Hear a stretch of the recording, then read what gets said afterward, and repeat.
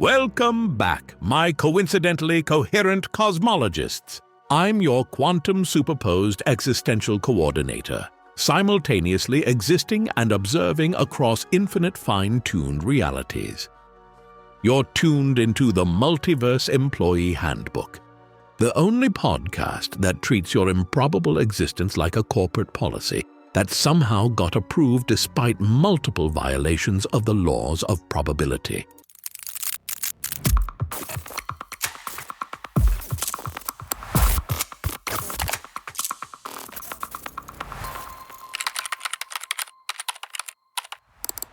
Today, dear listeners, we're diving into something even more perplexing than our janitorial department's mysterious ability to always know when you've just spilled coffee. The Anthropic Principle, or why our universe seems suspiciously well designed for beings exactly like us. That's right. We're exploring what happens when reality itself seems to have read the employee handbook before we even showed up for orientation. Gather round the quantum conference room, my fine-tuned friends, for a tale of cosmic bureaucracy that would make even Max Planck question his career in constants management. In the non-temporal, non-spatial realm of Universal Design Incorporated, specifically in Conference Room Omega, which existed in all possible states of under-renovation and just cleaned, Gabrielle was having what could charitably be called a universal parameter crisis. It had started, as these things often do, with what seemed like a routine memo from the Board of Cosmic Directors. Subject: regarding Universe Project Deadline. Final parameters needed from management@universaldesign.omni to all.constants@universaldesign.omni. Team: as you know, the Universe Project launches in T-minus 13.8 billion years, relative time. We still haven't finalized the fundamental constants. Legal is concerned about potential liability if we set parameters that don't support intelligent life forms capable of filing class action lawsuits. Please submit your final recommendations for gravitational constant, electromagnetic force strength, strong nuclear force, weak nuclear force, cosmological constant. Remember, these need to be precisely calibrated to eventually support beings that can wonder why these constants are so precisely calibrated. The square-haired boss, whose hair maintained perfect cubic geometry despite existing before the concept of geometry, burst into Gabrielle's office. Have you seen this? We need to lock in these parameters immediately. What values are you proposing? Well, Gabrielle began, pulling up a multi-dimensional spreadsheet that seemed to fold in on itself like an origami universe. I've run the calculations, and the values need to be so precisely calibrated that the margin for error is virtually non-existent. For instance, if we adjust the strong nuclear force by even 1 part in 10 to the power of 40, atoms won't form properly. Perfect, exclaimed the boss. Set it to exactly that value. What else? The cosmological constant is even trickier. If it's too large, the universe will expand too quickly for stars to form. Too small, and everything collapses before life can evolve. We need to set it to within 1 part in 10 to the power of 120, Gabrielle added. Excellent precision. I love it when the numbers are super specific. Makes us look like we know what we're doing, the boss nodded enthusiastically. As the meeting progressed, more team members joined. Quantum mechanics brought their probability distributions. Relativity insisted everything was relative to the observer anyway, and thermodynamics kept muttering about how this whole project would eventually reach maximum entropy, so why bother? I still don't understand why we're making gravity so weak compared to the other forces, complained strong nuclear force, flexing metaphysical muscles. It's going to be 10 to the power of 36 times weaker than my force. Because, Gabrielle explained patiently, if gravity were slightly stronger, stars would burn out too quickly for complex life to evolve, slightly weaker, and stars wouldn't form at all.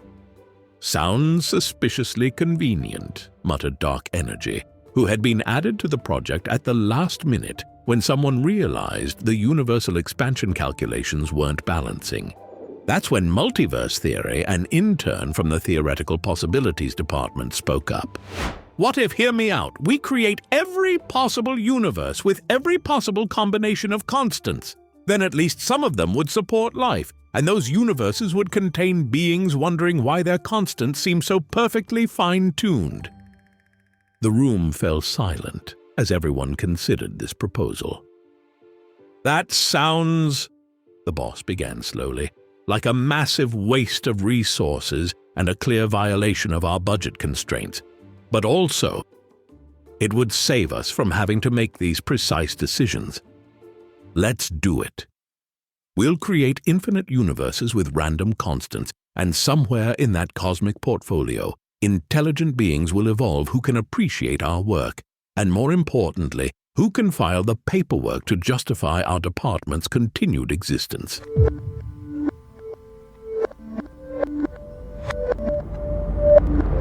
And so, dear listeners, the universal parameters were set not through careful, intelligent design, but through a cosmic version of throwing infinite darts at a multi-dimensional board and seeing which ones happen to hit the target. Though I should note that somewhere in the multiverse, there's a universe where this committee is still meeting, endlessly debating the perfect value for the cosmological constant, while the implementation team has long since given up and gone for cosmic coffee. And that brings us to the fascinating science behind why our universe seems suspiciously well-tailored for our existence. Now that we've seen how even a cosmic committee might struggle with universal parameter setting, let's talk about why physicists and philosophers have been scratching their heads over these same questions since we first realized just how improbable our existence really is. Unlike our fictional universal design team, real physicists didn't create these constants. They discovered them through careful observation and measurement. And what they found was nothing short of baffling. The fundamental constants of nature appear to be fine-tuned to an almost impossible degree. Consider the strength of gravity. If it was stronger by even 1 part in 10 to the power of 40, that's 1 followed by 40 zeros, stars like our sun would burn too quickly and too ferociously for life to evolve. Any weaker, and stars wouldn't form at all. That level of precision is like randomly firing a bullet from one side of the observable universe and hitting a target 1 millimeter wide on the other side. Or take the cosmological constant, the energy density of empty space. Its value is fine-tuned to about 1 part in 10 to the power of 120. That's so precise that it's as if you selected a single, specific atom from all the atoms in the universe. Twice. The question becomes why? Why are these values so precisely what they need to be for stars to form, for planets to exist, for chemistry to work, and ultimately for beings like us to evolve who can ask these very questions? Is it cosmic coincidence, divine design, or something else entirely? When we return from this brief existential pause, we'll dive deeper into the fascinating implications of this cosmic fine-tuning and explore the multiple ways scientists and philosophers have tried to explain why we live in a universe that seems improbably well-suited for our existence.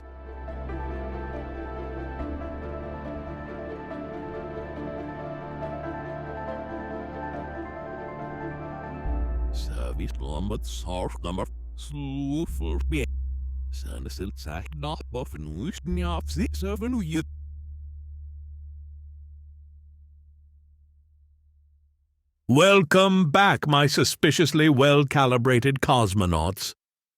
While you were away, our automated response system calculated the probability of all fundamental constants having precisely the right values for your coffee to exist in liquid form, rather than instantly collapsing into a singularity or dispersing into elementary particles. Spoiler alert. You should be extremely grateful for each sip. Let's dive into the science behind the Anthropic Principle, which comes in several flavors, much like the questionable yogurt options in our quantum break room. Yeah. First, there's the weak Anthropic Principle, formulated by Brandon Carter in 1973. In its simplest form, it states, what we can expect to observe must be restricted by the conditions necessary for our presence as observers. Or, in corporate speak, you can only attend meetings in universes where you exist. This might seem like circular reasoning or even a tautology. Of course, we observe a universe compatible with our existence. If it weren't compatible, we wouldn't be here to observe it. It's like being surprised that you only ever find yourself in buildings with oxygen, never in the vacuum of space. Selection bias is built into the very act of observation, but the weak Anthropic Principle becomes more interesting when applied to the multiverse hypothesis. If there are countless universes with different fundamental constants, we would necessarily find ourselves in one of the rare universes where all the parameters align to allow our existence. It's not that our universe was designed for us. Rather, it's that we could only evolve in a universe like this one. Think of it as cosmic apartment hunting. You might look at billions of uninhabitable places before finding one where you can actually live. The apartment wasn't designed specifically for you. You just selected it from countless options because it met your basic living requirements. Then there's the strong Anthropic Principle, which takes a bolder stance. It suggests that the universe must have those properties which allow life to develop within it at some stage in its history. Some interpret this to mean the universe is somehow compelled to produce observers, while others see it as evidence of purposeful design.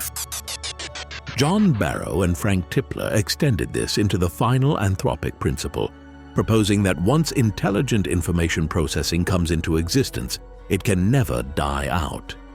It's like suggesting that once a corporation achieves market dominance, bankruptcy becomes physically impossible, a notion our accounting department finds both comforting and suspiciously optimistic. But here's where things get really interesting. The fine-tuning problem extends beyond just physical constants to the very laws and initial conditions of our universe. Take the initial entropy of the universe, which was remarkably low. Roger Penrose calculated that the odds of our universe having such low entropy by chance are approximately 1 in 10 to the power of 10 to the power of 123, a number so large it's essentially impossible to comprehend. Or consider the fact that we live in a universe with 3 spatial dimensions and 1 time dimension. Theoretical physicist Max Tegmark has shown that intelligent life as we know it couldn't exist in universes with more or fewer dimensions. In 2 dimensions, complex neural networks couldn't exist without intersecting themselves. In 4 or more spatial dimensions, planetary orbits would be unstable, and atoms as we know them couldn't form. Even the exact balance between matter and antimatter seems suspiciously convenient. Had there been perfect symmetry after the Big Bang, matter and antimatter would have annihilated completely, leaving nothing but radiation. Instead, there was a slight asymmetry of about 1 part in a billion, allowing matter to predominate and eventually form galaxies, stars, planets, and overly caffeinated podcast hosts questioning their cosmic significance. So how do scientists explain this cosmic coincidence that makes our existence possible? There are several competing theories, each with profound philosophical implications that make our quarterly budget discussions seem trivial by comparison. First, there's the just lucky hypothesis. Perhaps there's only one universe, and its parameters just happened to have the right values. This is statistically improbable to an almost impossible degree, like accidentally writing Shakespeare's complete works by randomly hitting keys on a keyboard, not just once, but multiple times without error. Then there's the multiverse theory, which suggests our universe is just one among an infinite or near-infinite ensemble of universes with different physical constants and laws. Most of these universes would be sterile, incapable of supporting atoms, stars, or life. We naturally find ourselves in one of the rare universes capable of supporting complex structures because, well, we couldn't exist in the others. This is essentially cosmic natural selection through the lens of observer bias. It's not that the universe was designed for life. Rather, life evolved in one of the few universes where it could evolve, and then found itself suspiciously well suited to its environment. It's like being amazed that fish are so well adapted to living in water without considering that the only places you'll find fish are environments where they can survive. The multiverse theory comes in several variants. There's the inflationary multiverse, where different regions of space-time inflated with different physical constants. There's the quantum multiverse, based on the many worlds interpretation, where every quantum possibility creates a new universe branch. And then there's the mathematical multiverse proposed by Max Tegmark, suggesting that every mathematically consistent set of physical laws exists in some universe.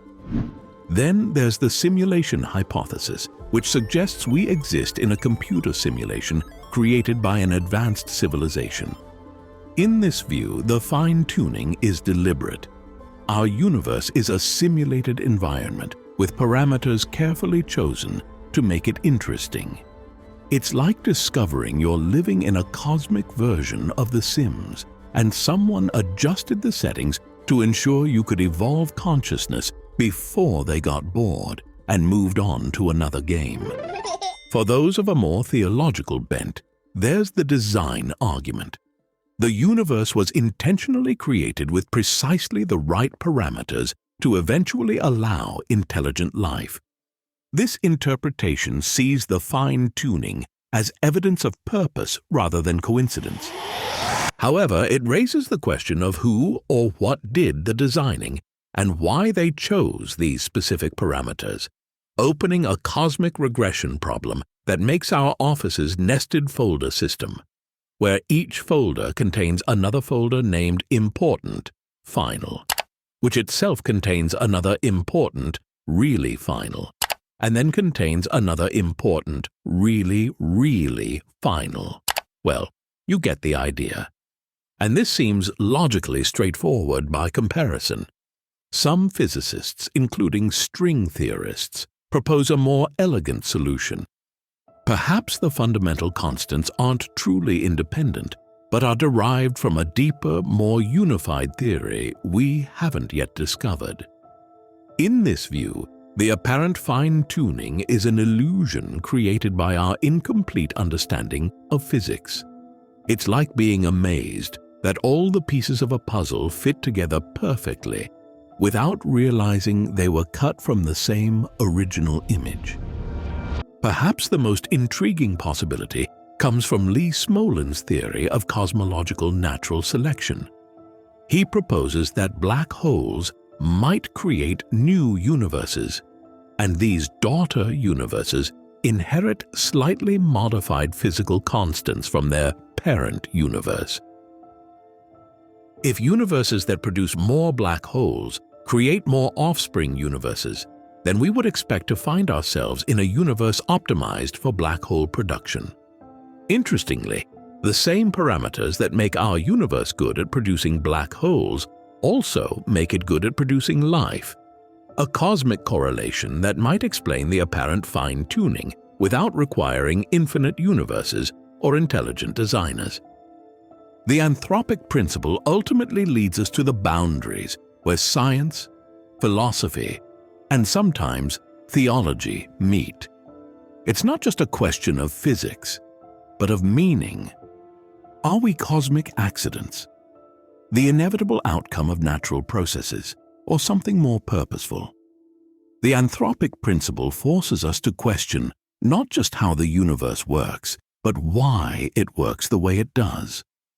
Though I should note that the office philodendron has proposed its own solution to the fine-tuning problem.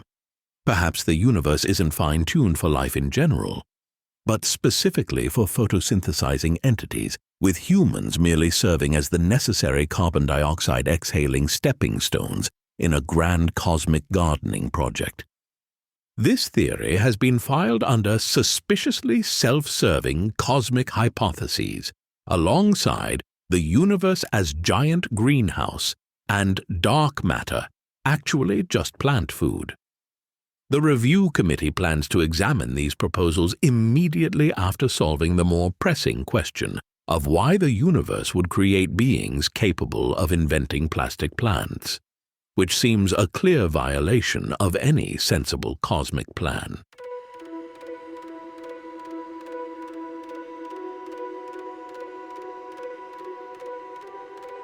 Well, my fortuitously formed friends, we've reached the end of another cosmic conundrum. Today we've learned that in the multiverse of existential explanations, every theory simultaneously makes perfect sense, and no sense at all, until someone collapses the philosophical wave function with a convincing argument. We've discovered that our existence is either an astronomically improbable accident, the inevitable outcome of infinite cosmic dice rolls, or the product of purposeful design. And whichever answer you prefer probably says more about you than about the universe itself. Wait, what? The Anthropic Principle reminds us that in the vast cosmic corporation of existence, we occupy a peculiarly privileged position, complex enough to question our own existence, yet simple enough to be completely baffled by the answers. We're like cosmic middle management, aware of the organization chart, but unclear on why it's structured that way, or who exactly signed off on these particular universal bylaws. And if you've enjoyed our quantum exploration of cosmic fine-tuning, why not share it with a friend whose existence is equally improbable, yet somehow still happening? Specifically, the kind of friend who appreciates knowing they're occupying a universe that required more precision than a watchmaker with obsessive-compulsive tendencies and an infinite supply of impossibly small tools. Visit us at multiverseemployeehandbook.com, where you'll find more existential conundrums disguised as workplace comedy and our surprisingly popular Calculate Your Cosmic Significance quiz. Spoiler alert, it's simultaneously zero and infinite. Remember, in at least one possible universe, you've already shared this with everyone you know and become the most interesting person at your next existentially awkward dinner party. Why not make it this universe? And somewhere out there, through the vast expanse of possibly infinite universes, perhaps there's a reality where the fundamental constants didn't align to produce intelligent life, where stars never formed, atoms never assembled, and podcast hosts never evolved to question the cosmic coincidences that made their existence possible. But we'll never hear from that universe because without observers, there's no one to file the paperwork about why they don't exist. This is your quantum coherent correspondent, reminding you that in a universe fine-tuned to 1 part in 10 to the power of 120, complaining about your morning commute might be missing the bigger existential picture. Though admittedly, in a perfectly calibrated cosmos, you'd think the coffee machine would work more consistently.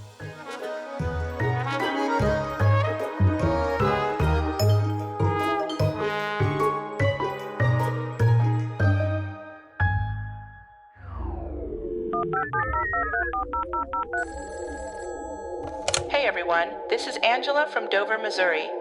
The Multiverse Employee Handbook was created by Rob Corrigan, is edited by Joseph Cooper, and narrated by David from 11 Labs. All science fact-checking is done by Wolf Edmonds. The Employee Handbook staff includes Hugh Mann, Dr. Eric Hale, and Ms. Hanley. Please be sure to subscribe to get updates on new episodes.